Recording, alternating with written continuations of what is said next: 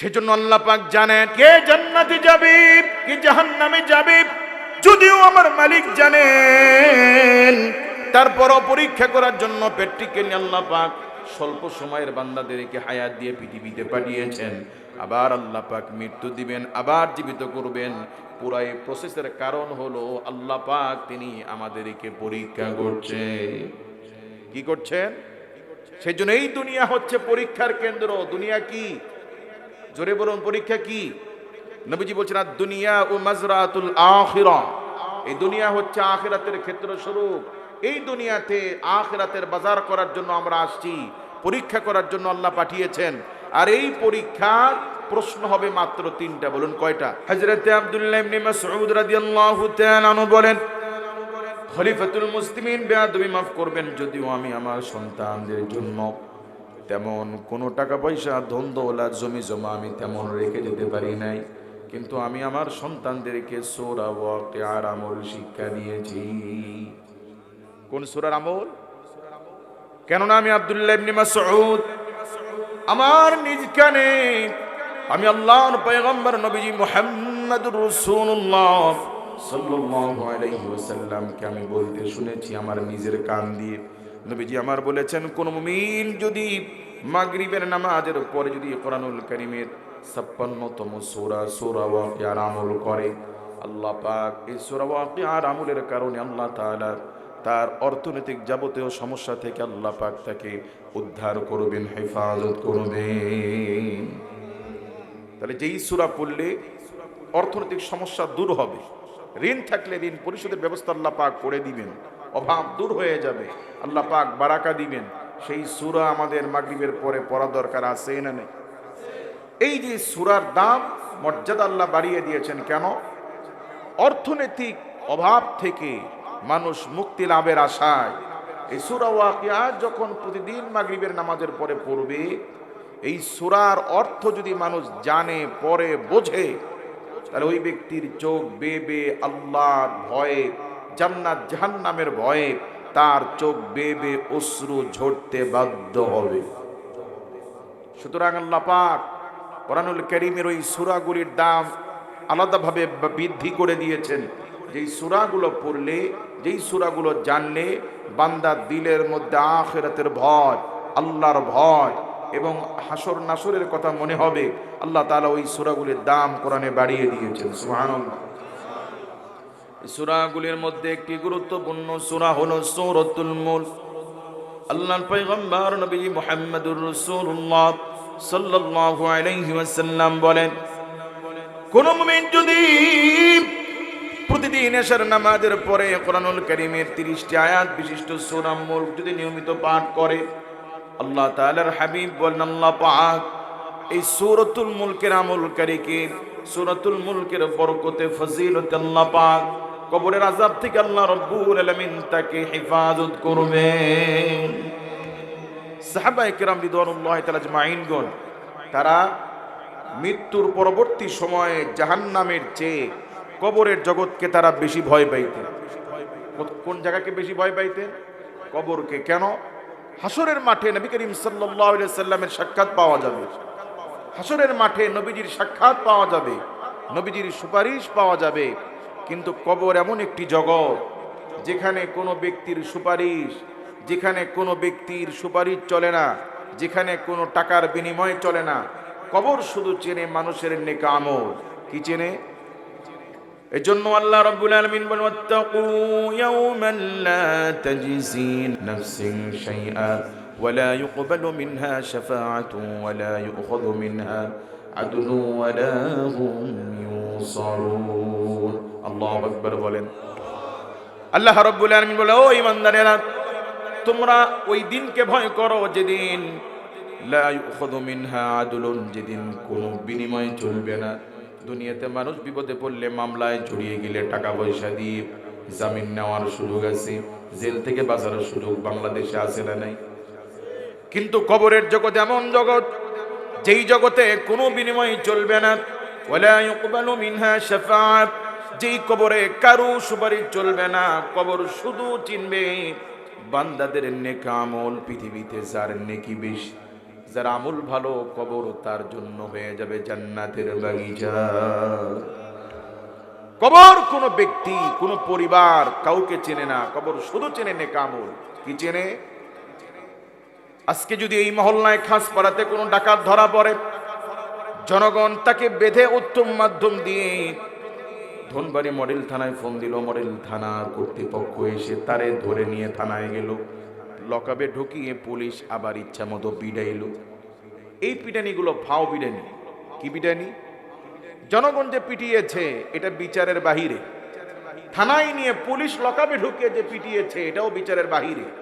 Police স্বীকারোক্তি নেওয়ার পরে তার নামে মামলা করবে, কোর্টে চালান করবে, এরপরে তার পক্ষে বিপক্ষে উকিলেরা ঝগড়া করে এরপরে ডিসিশন দেবে, রায় দেবে জাস্টিস, যিনি বিচারক তিনি দিবেন ফয়সালা। ঠিক কি না?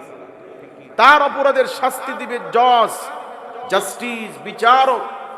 কিন্তু বিচারকের কাছে যাওয়ার আগ পর্যন্ত থানায় কর্তৃক পুলিশে যে লকআপে ঢুকিয়ে পিটানি আর জনগণ কর্তৃক যে গণধোলা, এটি হচ্ছে বিচার বহির্ভূত ফাও পিটানি। এই পিটানির দ্বারা তার শাস্তি মওকুফ হবে না। কথা বলেন ঠিক কি? কবরের জগতে মানুষ মৃত্যুর পর থেকে কিয়ামতের আগ পর্যন্ত মানুষ যে কবরে থাকবে, এই কবরে যে শাস্তিগুলো হবে এগুলো মূল শাস্তির বহির্ভূত। মূল শাস্তি আল্লাহ রাব্বুল আলামিন দিবেন হাসর মাঠের বিচারের মাঠ কায়েম করার পরে। কাকে আল্লাহ জান্নাতি দিবেন, কাকে জাহান্নামে দিবেন, কি শাস্তি দিবেন এটা আল্লাহ কর্তৃক আল্লাহ পরে দিবেন।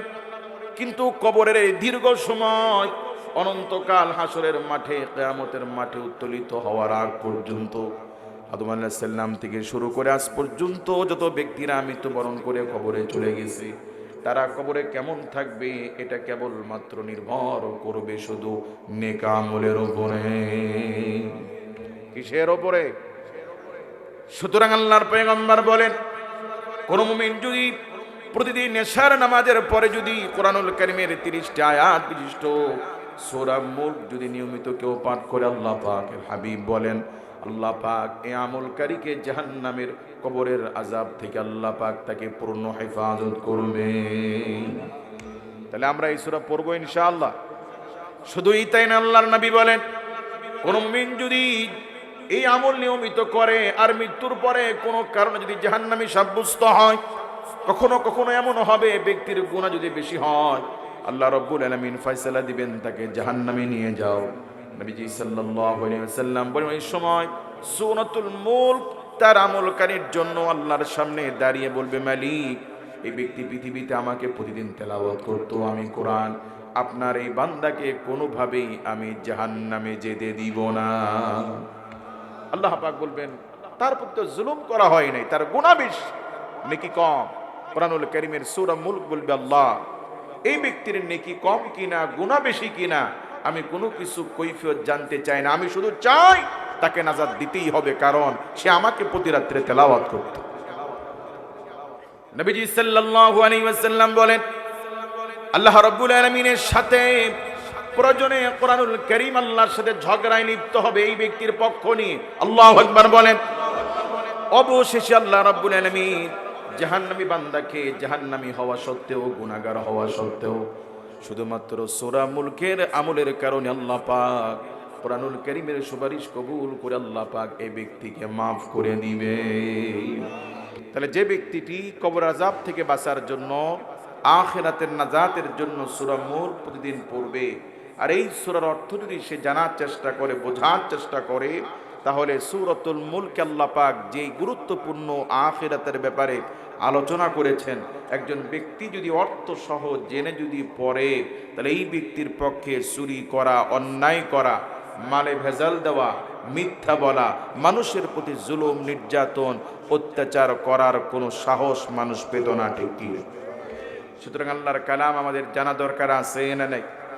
যেই সূরা পাঠ করলে কবরের আযাব থেকে আল্লাহ পাক হেফাজত করবেন, যেই সূরা পাঠ করলে আল্লাহ পাক হাসরের মাঠে আমাদের সুপারিশের ব্যবস্থা করে দিবেন, কোরআন আমাদের জন্য সুপারিশ করবে, সেই গুরুত্বপূর্ণ সূরার মধ্যে আল্লাহ পাক যা বলেছেন এই কথাগুলোর গুরুত্ব আছে না নাই?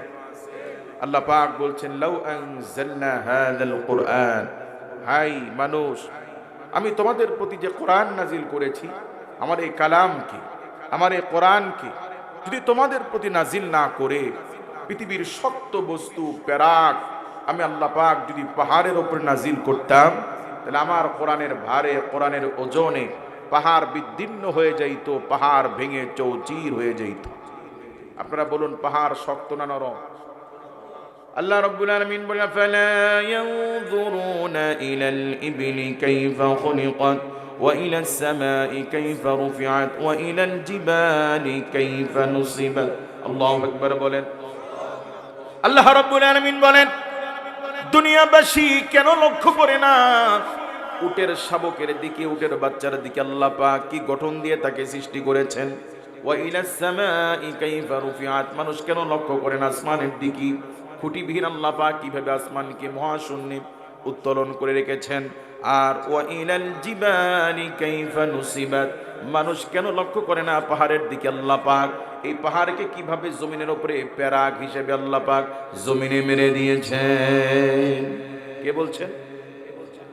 আমাদের কি ভালো রাখার জন্য আসমানের জমিনের মালিক আল্লাহ পাক এত অসংখ্য অগণিত নিয়ামত আমাদেরকে দিয়েছেন, আমরা বুঝি না, কখনো কখনো বোঝার চেষ্টাও করি না।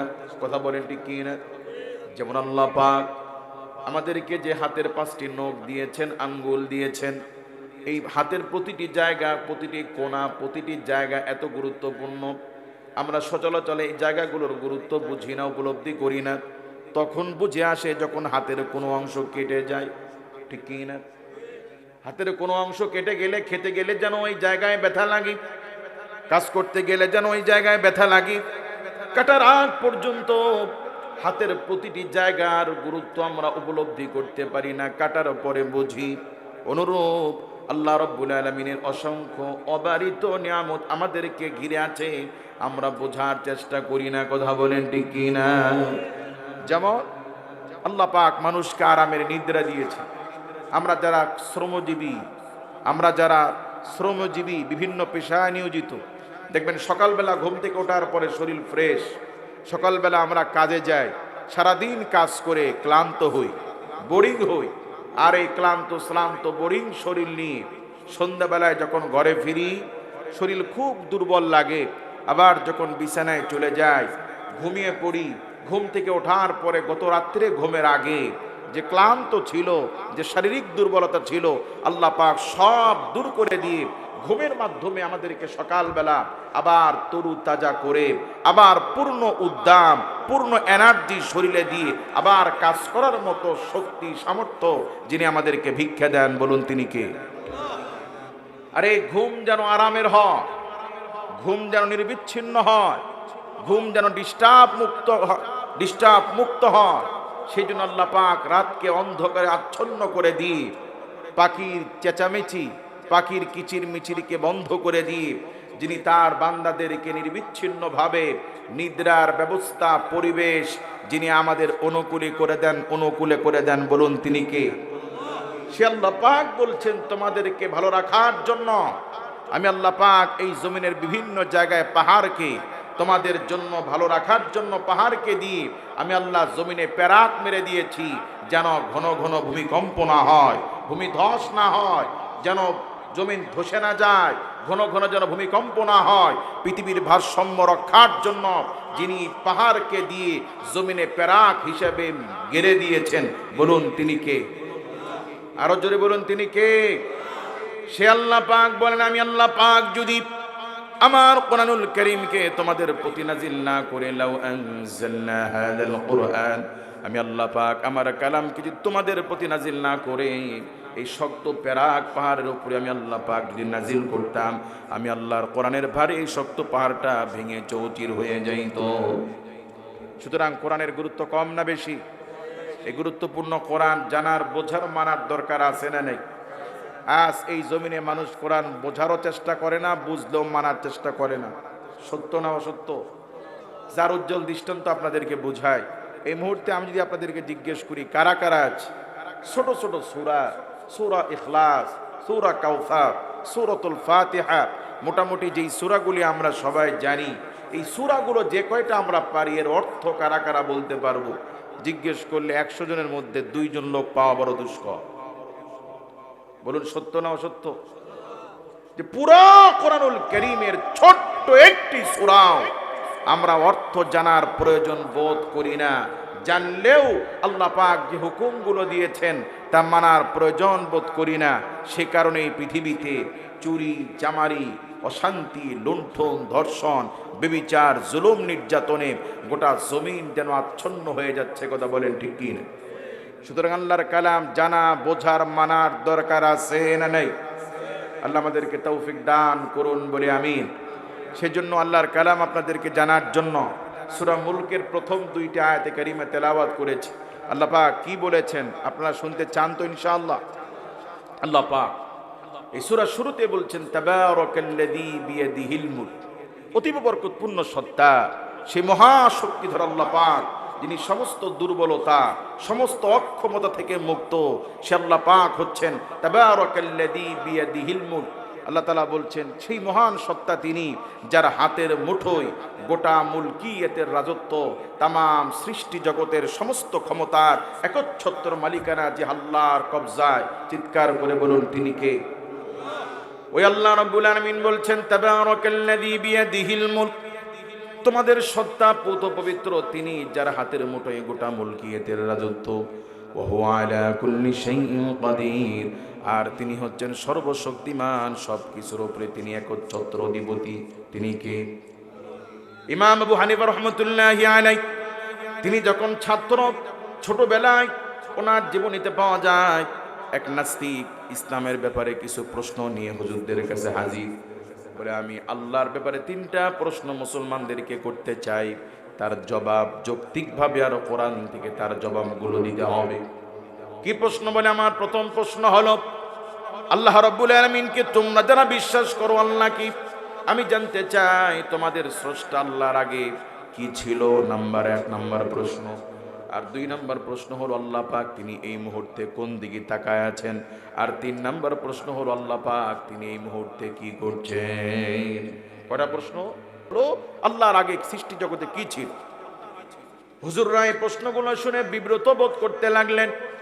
ওই সময় অবস্থা বুঝে মাদ্রাসার তালিবুল ইলম, ছোট্ট ছাত্র নোমান ইবনে সাবিত ইমাম আবু হানিফা রাহমাতুল্লাহি আলাইহি দ্বারা বললেন, হুজুর বেয়াদবি মাফ করবেন, আমাকে অনুমতি দিলে এই নাস্তিকের এই জবাবগুলো আমি নোমান ইবনে সাবিত আমি দিয়ে দিতে চাই। হুজুররা অনুমতি দিলেন। বলুন চাচা কি জানতে চান? বলে আমার প্রথম প্রশ্ন আল্লাহর আগে কি ছিল। ইমাম আবু হানিফা রাহমাতুল্লাহি আলাইহি বলছেন, চাচা আপনি কি গণিত জানেন? বলে জানি তো। একটু গোনেন তো। গুনছে 1 2 3 4 5 6 7 8 9 10। বলে একটু উল্টা গুনে। তো নাস্তিক গুনছে 8 7 6 5 4 3 2 1। বলে একের আগে কি? বলে শূন্য। বলে শূন্যের আগে কি? শূন্যের আগে কিছুই নেই। বলে শূন্যের আগে আগে কি ছিল? আগেও কিছু ছিল না। বলে আপনার শূন্যের আগে যেমন আগেও কিছু ছিল না এখনো নাই। আল্লাহ পাকের ব্যাপারে জানতে চাচ্ছেন আল্লাহর আগে কি ছিল। আল্লাহ রাব্বুল আলামিন বলছেন কুল হুয়াল্লাহু আহাদ আল্লাহুস সামাদ লাম ইয়ালিদ ওয়া লাম ইউলাদ। আল্লাহ পাক তিনি তার ব্যাপারে বলছেন আল্লাহুস সামাদ। আল্লাহ পাক হচ্ছেন বেনিয়াজ, তিনি কারো মুখাপেক্ষী নন। পৃথিবীতে আমরা টাকার জন্য, অর্থের জন্য বিভিন্ন সময় মানুষের কাছে দ্বারস্থ হই, কিন্তু আল্লাহ পাক হচ্ছেন এমন মালিক, আল্লাহ পাক হচ্ছেন এমন রব যিনি কারো মুখাপেক্ষী নন, বরং আল্লাহ পাক হচ্ছেন আল্লাহুল গনি ওয়া আনতুমুল ফুকারা। কেবলমাত্র ধনী হচ্ছেন আল্লাহ আর আমরা সব হচ্ছি ফকির। সুবহানাল্লাহ বলেন। আমরা সব কি? ফকির। আর ধনী কে? আমাদের যা কিছু আছে সব কার দেওয়া? আমাদের কাছে যতটুকু টাকা আছে এখান থেকে মানুষকে দিলে কমে না বাড়ে? আর আল্লাহর কাছে যা আছে এখানে থেকে দিলে কোনো কমার কোনো সুযোগ আছে? কাজী আল্লাহ পাক বলছেন আল্লাহু আহাদ, আল্লাহ পাক হচ্ছেন একক। আল্লাহুস সামাদ, তিনি কারো মুখাপেক্ষী নন। লাম ইয়ালিদ ওয়া লাম ইউলাদ, আল্লাহ পাক তিনি যিনি কাউকে জন্ম দেন নাই, তাকেও কেউ জন্ম দেন নাই। সৃষ্টি জগতের আগে শুধু আমার আল্লাহই ছিলেন, আর কিছুই ছিল না। আল্লাহু আকবার বলেন। আল্লাহ রাব্বুল আলামিন তো বলেন হুয়াল আউয়ালু ওয়াল আখিরু ওয়াল যাহিরু ওয়াল বাতিন ওয়া হুয়া বিকুল্লি শাইইন আলীম। আল্লাহ পাক হচ্ছেন তিনি যিনি প্রথম ছিলেন এবং তিনি শেষ, তিনি প্রকাশ্য এবং তিনি গোপন। আর তিনি হচ্ছেন সব কিছুর উপরে সর্বশক্তিমান, আর তিনি হচ্ছেন সব কিছুর ব্যাপারে অবগত। তিনি কে? আল্লাহ। কাজেও নাস্তিক, তোমার শূন্যের আগে যেমন আগেও কিছু ছিল না, তদ্রূপ আমার মালিকের আগে কিছুই ছিল না, শুধু আমার আল্লাহ পাক ছিলেন। নাস্তিক বলে আমার 2 নম্বর প্রশ্ন হলো, আমি জানতে চাই এই মুহূর্তে আল্লাহ রাব্বুল আলামিন তিনি কোন দিকে তাকায় আছে? ছোট্ট নোমান ইবনে সাবিত বলছে, আমার সামনে একটা বাতি জ্বালানো হোক, মম জ্বালানো হোক, বাতি জ্বালানো হলো। ছোট্ট ছাত্র নোমান ইবনে সাবিত নাস্তিককে জিজ্ঞেস করে, চাচা মিয়া বলুন তো বাতির আলোটা কোন দিকে ছড়ানো? নাস্তিক বলে, বাতির আলো তো নির্দিষ্ট একদিকে ছড়ানো নয়, বরং বাতির আলো চতুর্দিকে ছড়ানো। বাতি জ্বালালে আলো কি শুধু একদিকে দেয় না সব দিকে যায়? সুতরাং বাতির আলো যেমন চতুর্মুখী, তার আলো ছড়িয়ে দেয়। আল্লাহ রাব্বুল আলামিন নিজের ব্যাপারে বলেন, ফাআইনামা তুওয়াল্লু ফাসাম্মা ওয়াজহুল্লাহ। আল্লাহ পাক তিনি ফাআইনামা তুওয়াল্লু ফাসাম্মা ওয়াজহুল্লাহ, तमाम সৃষ্টি জগতে যেখানেই যাও, যেদিকে তাকাও, সর্বত্র রবের দৃষ্টি বিরাজমান। আল্লাহু আকবার বলে। সেজন্য আয়না ঘরের ভেতরে, পাহাড়ের নিচে, মহাকাশে, সমুদ্রের ভিতরে, যেখানেই পৃথিবীর মানুষ যে কোনো প্রাণী বিপদগ্রস্ত হলে, বিপদ আক্রান্ত ব্যক্তিটি যার কাছে সাহায্য চায় বলুন তিনি কে? কাজে আল্লাহ পাক হচ্ছেন তিনি ফাআইনামা তুওয়াল্লু ফাসাম্মা ওয়াজহুল্লাহ, যার দৃষ্টি সদা সর্ব অবস্থায় সর্বত্র বিরাজমান, তিনি হচ্ছেন আল্লাহ। নাস্তিক বলে আমার 3 নম্বর প্রশ্ন, আল্লাহ পাক এই মুহূর্তে কি করছে? ছোট্ট বাচ্চা বলছে, চাচা আমি তো আপনার ইতিপূর্বে 2টা প্রশ্ন উত্তর দিয়েছি, এবার আপনি আমার প্রশ্নের উত্তর দেন। বলুন তো চাচা, যে প্রশ্ন করে সে জ্ঞানী না যে উত্তর দেয় সে জ্ঞানী? বলুন তো কে জ্ঞানী? যে প্রশ্ন করে সে না যে উত্তর দেয় সে? যে উত্তর দেয় সে জ্ঞানী, আর যে প্রশ্ন করে সে মূর্খ, জানে না বলেই সে প্রশ্ন করে, ঠিক কি না? তো ছোট্ট ছাত্রের প্রশ্নের জবাবে নাস্তিক বলছে, হ্যাঁ, যে প্রশ্ন করে সে মূর্খ, আর যে জবাব দেয় উত্তর দেয় সে জ্ঞানী। তো ছোট্ট ছেলে নিচ থেকে বলছে, চাচা এতক্ষণ আমি স্টেজের নিচ থেকে আপনাকে প্রশ্ন করছি, আর আপনি স্টেজের উপর থেকে জবাব দিচ্ছেন, এটা কি উচিত? আপনার তো উচিত, আচ্ছা ও থাকুক, আপনার তো উচিত নিচে এসে প্রশ্ন করার, আমাকে উপরে বসতে দেওয়া, কারণ আমি উত্তর দিচ্ছি আর আপনি প্রশ্ন করছেন। সুতরাং ভদ্রতার খাতিরে নৈতিকভাবে দায়িত্ব ছিল আপনার নিচে আসা, আমাকে উপরে দেওয়া। নাস্তিক কয়, হ্যাঁ কথা তো ঠিক। নাস্তিক নিচে গিয়ে বসছে, আর ছোট্ট বাচ্চা এসে স্টেজের উপরে বসছে। এবার ওপর থেকে ইমাম আবু হানিফা রাহমাতুল্লাহি আলাইহি নাস্তিককে বলছে, বলুন আপনি কি জানতে চান? বলে, আমি জানতে চাই আল্লাহ পাক তিনি এই মুহূর্তে কি করছেন। ছোট্ট নোমান ইবনে সাবিত ইমাম আবু হানিফা রাহমাতুল্লাহি আলাইহি বলছেন, ভাই আল্লাহ পাক কোরআনুল কারীমের মধ্যে বলছেন, কুলিল্লাহুম্মা মালিকাল মুলকি তু'তিল মুলকা মান তাশা ওয়া তানজি'উল মুলকা মিম্মান তাশা। আল্লাহু আকবার বলেন। আল্লাহ রাব্বুল আলামিন সমস্ত কিছুর মালিক, সমস্ত ক্ষমতার মালিক। তুতিল মুলকা মান তাশা ওয়া তানজিউল মুলকা মিম্মান তাশা। আল্লাহ পাক তিনি যাকে খুশি ক্ষমতা দান করেন, রাজত্ব দান করেন, যাকে খুশি ক্ষমতা থেকে ছিনায় নেন, যাকে খুশি ক্ষমতা থেকে লাথি দিয়ে ফালায় দেন। ওয়া তুইজ্জু মান তাশা ওয়া তুযিল্লু মান তাশা। আল্লাহ পাক তিনি যিনি যাকে খুশি সম্মানিত করেন, যাকে খুশি বেইজ্জত করেন, এই ক্ষমতা কার? নাস্তিক আপনি প্রশ্ন করেছেন এই মুহূর্তে আল্লাহ পাক কি করছেন? শোনো নাস্তিক, এই মুহূর্তে আল্লাহ পাক আমার মতো নগণ্য ছোট্ট বালককে সম্মানের সাথে স্টেজের নিচ থেকে স্টেজের উপরে বসিয়েছেন, আর আপনার মতো বয়োজ্যেষ্ঠ ব্যক্তিকে লাঞ্ছনা করে আল্লাহ পাক অপমানিত করে স্টেজ থেকে আপনাকে একটু আগে আল্লাহ পাক নিচে নামিয়ে দিয়েছেন। সুতরাং সমস্ত কিছুর মালিক তিনি কে? সমস্ত ক্ষমতার রাজত্বের মালিক কে? আল্লাহ রাব্বুল আলামিন তিনি তার নিজের ব্যাপারে বলেন, আল্লাহ কি? আল্লাহ পাক বলেন, ইন্না ফি খালকিস সামাওয়াতি ওয়াল আরদি ওয়া ইখতিলাফিল লাইলি ওয়ান নাহার ওয়াল ফুলকিল্লাতী তাজরি ফিল বাহরি বিমা ইয়ানফাউন নাস। আল্লাহু আকবার বলেন।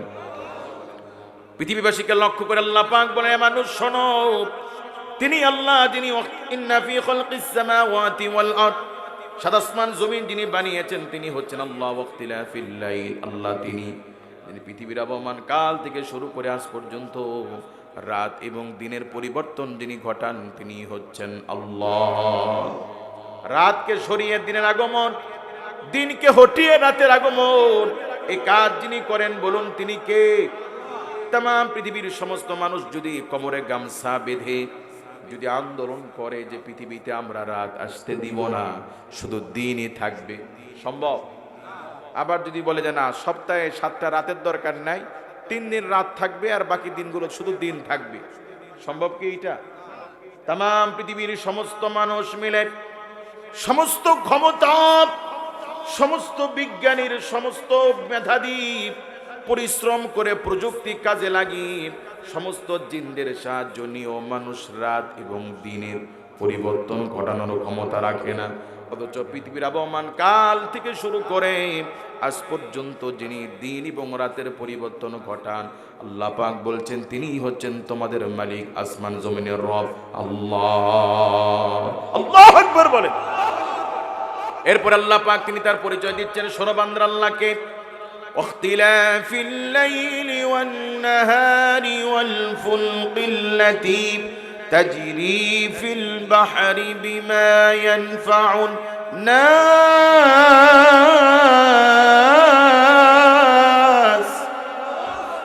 তাম পৃথিবীর মানুষের কল্যাণের জন্য যিনি মহাসমুদ্রের উপরে নৌজাহানকে ভাসিয়ে রাখেন, মানুষের কল্যাণে যিনি নৌজাহানকে পানির উপরে ভেসে থাকার ক্ষমতা নৌজাহানকে দিয়েছেন তিনি হচ্ছেন তোমাদের মালিক আল্লাহ।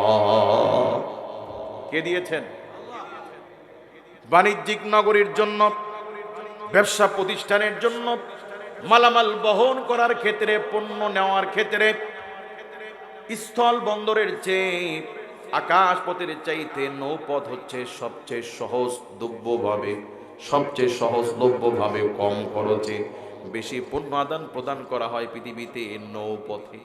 কোন পথে?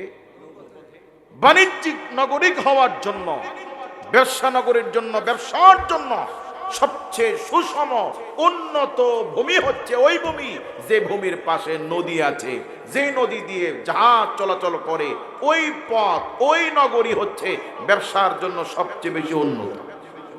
কথা বলেন। সেজন্য আমাদের দেশের বাণিজ্যিক নগরীর নাম কি? চট্টগ্রাম। কোন জায়গা? এবং আমাদের দেশের অধিকাংশ কলকারখানা, অধিকাংশ উৎপন্ন, বেশি সম্পদ, বেশি জিনিস উৎপন্ন হয় আমাদের নারায়ণগঞ্জে। কারণ এই নারায়ণগঞ্জে নৌপথ আছে, জাহাজ চলাচল করে। এই জন্য গ্রুপ অফ ইন্ডাস্ট্রি, মেঘনা গ্রুপ, সিটি গ্রুপ, তীর, আটা, ময়দা, চিনি, প্রতিদিন হাজার হাজার টনকে টন আটা, ময়দা, চিনি, মেঘনা গ্রুপ, সিটি গ্রুপ, এরা এই প্রতিটি ইন্ডাস্ট্রি, গ্রুপ অফ ইন্ডাস্ট্রি, এগুলো নারায়ণগঞ্জ, মেঘনা, নদীর আশেপাশে। কেন? তাদেরকে প্রতিদিন শত শত জাহাজ মালামাল বিদেশ থেকে আসে, মালামাল নামাইতে হয়, বিভিন্ন মালামাল দেশ বিদেশে পৌঁছে দেওয়া হয়। সেই জন্য ব্যবসার জন্য সবচেয়ে সহজ সুন্দর ওয়ে হচ্ছে নৌপথ। কোন পথ? আমরা ট্রাকে এখান থেকে এক ট্রাক মালামাল বহল করতে অনেক টাকার প্রয়োজন হয়। আপনারা জানলে আশ্চর্য হবেন যে নৌপথে এক রাষ্ট্র থেকে আরেক রাষ্ট্রে যেই জাহাজগুলোতে মালামাল নেওয়া হয়, আপনারা বড় বড় কন্টিনেন্ট দেখবেন যে আপনি এই স্টেজ থেকে শুরু করে ওই যে টিন দেখছেন, ওই যে টিন, এত দূর পর্যন্ত এক একটি কন্টিনেন্ট, এক একটি লোডওয়ালা কন্টিনেন্ট বহনের জন্য 20, 25, 30টা চাকার দরকার হয়। এত লোড এক একটি কন্টিনেন্ট।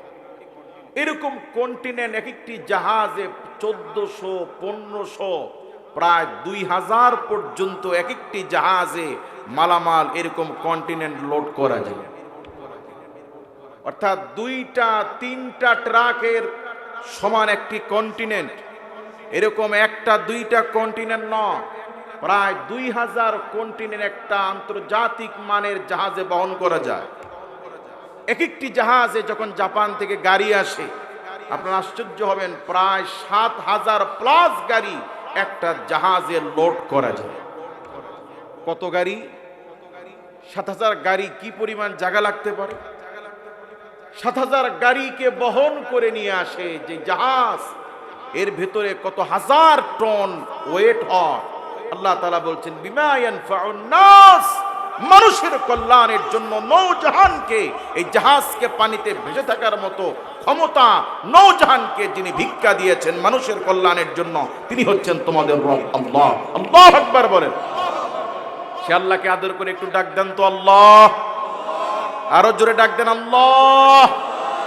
কোন নামে যে ডাকি বলো না প্রভু আগে, যে নাম ধরেই ডাকি তোমায় সেই নামই ভালো লাগে। কোন নামে যে ডাকি বলো না প্রভু আগে, ওই নামে যে এত মধু, ওই নামে যে এত মধু কে জানি তো আগে। কোন নামে যে ডাকি বলো না প্রভু আগে। আল্লাহু আকবার বলেন। আল্লাহ পাক সূরাতুল মুলকের শুরুতে বলছেন তাবারাকাল্লাযী বিয়াদিহিল মুলক, অতীব বরকতপূর্ণ সত্তা আল্লাহ তিনি, যার হাতের মুঠোয়, যার কবজায়, যার অধীনে তামাম মুলকিয়াতের সমস্ত ক্ষমতা যার হাতে, তিনি কে? দ্বিতীয় আয়াত আল্লাহ পাক বলেন, শোনো বান্দারা, আল্লাযী খালাকাল মাউতা ওয়াল হায়াতা লিয়াবলুয়াকুম আইয়ুকুম আহসানু আমালা। তিনি আল্লাহ আল্লাযী খালাকাল মাউতা, যিনি তোমাদের মৃত্যুর মালিক, ওয়াল হায়াতা, যিনি তোমাদের জীবন দেওয়ার মালিক। হায়াত এবং মওত দুইটাই দেনেওয়ালা কি? এখন আমি আপনাদের কাছে জিজ্ঞেস করি, জানতে চাই, বলুন তো হায়াত আগে না মৃত্যু আগে? হায়াত আগে। যার হায়াত নাই তা তো মরার প্রশ্নই নেই। এই যে কাঠ, এটা জড়বস্তু, এখন এর কি প্রাণ আছে? এর মরার প্রশ্নই নাই। আমরা জীবিত আছি বলেই মরার প্রশ্ন আসে, ঠিক কি না? তাহলে যার হায়াত নাই তার মরার প্রশ্নও নাই। তাহলে আগে কোনটা? হায়াত আগে কোনটা? কিন্তু আল্লাহ রাব্বুল আলামিন বলছেন আল্লাযী খালাকাল মাউতা, তিনি তোমাদের মৃত্যুর মালিক, ওয়াল হায়াতা, তিনি তোমাদের জীবন দেওয়ার মালিক। কথাটি কেমন যেন একটু উল্টা উল্টা লাগে কি না? রইসুল মুফাসসির আব্দুল্লাহ ইবনে আব্বাস রাদিয়াল্লাহু তাআলা আনহু ব্যাখ্যা করেন, শোনো দুনিয়াবাসী, পৃথিবীতে যত মানুষ আসে, আস্তিক হোক নাস্তিক হোক, মুসলমান হোক অমুসলমান হোক, সবাই বিশ্বাস করে আমাদেরকে মরা লাগবে, মৃত্যু আমাদের জীবনে আসবে। এই মৃত্যুর ব্যাপারে দুনিয়ার কারো কোনো প্রশ্ন নাই, কিন্তু মৃত্যুর পরে আবার আল্লাহ পাক জীবিত করবেন, এটা সবাই মানতে চায় না, বিশ্বাস করতে চায় না। এমন আখিরাতকে অস্বীকারী নাস্তিক মুরতাদ পৃথিবীতে আছে না নাই? পৃথিবীর সমস্ত মানুষ বিশ্বাস করে মানুষকে মরা লাগবে, কিন্তু মৃত্যুর পর আল্লাহ পাক আবার জীবিত করবেন, এটা সবাই বিশ্বাস করতে চায় না। এই জন্য আল্লাহ পাক আগে মৃত্যুর কথা এই জন্য বললেন, মানুষ শোনো, তোমাদেরকে এখন মৃত্যু যিনি দিবেন তিনি আল্লাহ, আল্লাযী খালাকাল মাউতা ওয়াল হায়াতা, মৃত্যু দেওয়ার পরে তিনি তোমাদেরকে আবার জীবিত করবেন। যিনি আবার জীবিত করবেন তিনি কে? তাহলে মৃত্যু যিনি দিবেন তিনি কে? মৃত্যু দেওয়ার পর আবার যিনি জীবিত করবেন তিনি কে? আল্লাহ পাককে যদি প্রশ্ন করে, মালিক আমরা ছিলাম মৃত, কেউ আমাদেরকে চিনত না, আমাদের অস্তিত্ব ছিল না, দয়া করে হায়াত দিয়েছেন, পৃথিবীতে একটা সংসার দিয়েছেন, বাপ ছেলের মায়া, দাদা নাতির মায়া দিয়েছেন, আবার এই মেলাকে ভেঙে, এই সংসার মুহাব্বতের সংসার ভেঙে মৃত্যু দেওয়ার কি দরকার ছিল? আবার ভালো কথা, মৃত্যু দিলেন, মৃত্যুর পরে শেষ হয়ে যাইতাম, মৃত্যু দেওয়ার পরে আবার জীবিত করবেন। আল্লাহ পাক এই খেলাটা খেলার কি প্রয়োজন ছিল? প্রশ্ন আসে না নাকি? কি বুঝে হায়াত দিলেন? হায়াতই দিবেন তো মৃত্যু দেওয়ার দরকার ছিল কি? আবার মৃত্যু যদি দিবেন তো মৃত্যু দেওয়ার পর আবার জীবিত করার দরকার ছিল কি? কি জানার দরকার আছে না নাকি? আল্লাহ রাব্বুল আলামিন বলছেন, শোনো বান্দারা, কেন আমি আল্লাহ পাক হায়াত দিয়েছি, কেন আবার মৃত্যু দিব, কেন জীবিত করব? আল্লাহ পাক পরের অংশে বলেন, এই জন্য হায়াত দিয়েছি, আবার মৃত্যু দিব, আবার জীবিত করব। কারণ হলো আল্লাহ পাক বলেন, লিয়াবলুয়াকুম আইয়ুকুম আহসানু আমালা ওয়া হুয়াল আজিজুল গফুর। এজন্য আমি আল্লাহ পাক তোমাদেরকে হায়াত দিয়েছি, মৃত্যু দিব, আবার জীবিত করব। কারণ হলো তোমাদেরকে লিয়াবলুয়াকুম, তোমাদেরকে পরীক্ষা করা হচ্ছে, অবজার্ভ করা হচ্ছে। কি পরীক্ষা? আইয়ুকুম আহসানু আমালা, তোমাদের মধ্যে কারা কারা নেক কাজ করে, কারা কারা ভালো কাজ করে, এই পরীক্ষা করার জন্য প্র্যাকটিক্যালি পরীক্ষার জন্য আমি আল্লাহ পাক হায়াত দিয়েছি, মৃত্যু দিব, আবার জীবিত করব, তারপরে হিসাব নিব। এখন প্রশ্ন আসে, তাহলে কে কে জান্নাতে যাবে, কে কে জাহান্নামে যাবে? এটা মনে হয় আল্লাহ তাআলা জানেন না। বিষয় কি এমন? আল্লাহ জানেন কি জানেন না? আমাদের মধ্যে কে জান্নাতে যাবে, কে জাহান্নামে যাবে, এটা আল্লাহ জানেন কি জানেন না? আমরা জানি না আমার মৃত্যু কবে হবে, আপনি জানেন না আপনার মৃত্যু কবে হবে, কিন্তু যিনি জানেন তিনি কে? আল্লাহ তাআলা, তিনি আগে পরে সব জানেন। জানার পরেও আবার কে জান্নাতে যাবে, কে ভালো কাজ করবে, এটি পরীক্ষা করার জন্য হায়াত দেওয়ার কি দরকার ছিল? আল্লাহ তো জানেনি, ঠিক কি না? আল্লাহ জানার পরও মানুষকে পরীক্ষা করার জন্য হায়াত কেন দিয়েছেন? কারণ হলো রব্বুল আলামিন কোন জাহান্নামীকে বানিয়ে যদি দুনিয়ায় না পাঠিয়ে যদি সরাসরি জাহান্নামে দিতেন, তাহলে জাহান্নামী ব্যক্তিটা জাহান্নামের মধ্যে গিয়ে আল্লাহর সাথে ঝগড়া করত। আয় আল্লাহ তাআলা, কে বলেছে আমি নামাজ পড়তাম না? কে বলেছে আমি রোজা রাখতাম না? কে বলেছে আমি যাকাত দিতাম না? আমাকে পাঠিয়ে দিয়েই দেখতেন দুনিয়াতে মসজিদ ছাড়া কিছু বুঝতাম না, দুনিয়ার সব টাকা পয়সা দান করে দিতাম। এরকম চাপাবাজি করার সুযোগ জাহান্নামীরা পেত কি পেত না? সেজন্য আল্লাহ পাক জানেন কে জান্নাতে যাবে, কি জাহান্নামে যাবে। যদিও আমার মালিক জানেন, তারপরও পরীক্ষা করার জন্য প্র্যাকটিক্যালি আল্লাহ পাক স্বল্প সময়ের বান্দাদেরকে হায়াত দিয়ে পৃথিবীতে পাঠিয়েছেন। আবার আল্লাহ পাক মৃত্যু দিবেন, আবার জীবিত করবেন। পুরো এই প্রসেসের কারণ হলো আল্লাহ পাক তিনি আমাদেরকে পরীক্ষা করছেন। কি করছেন? সেই জন্য এই দুনিয়া হচ্ছে পরীক্ষার কেন্দ্র। দুনিয়া কি? জোরে বলুন, পরীক্ষা কি?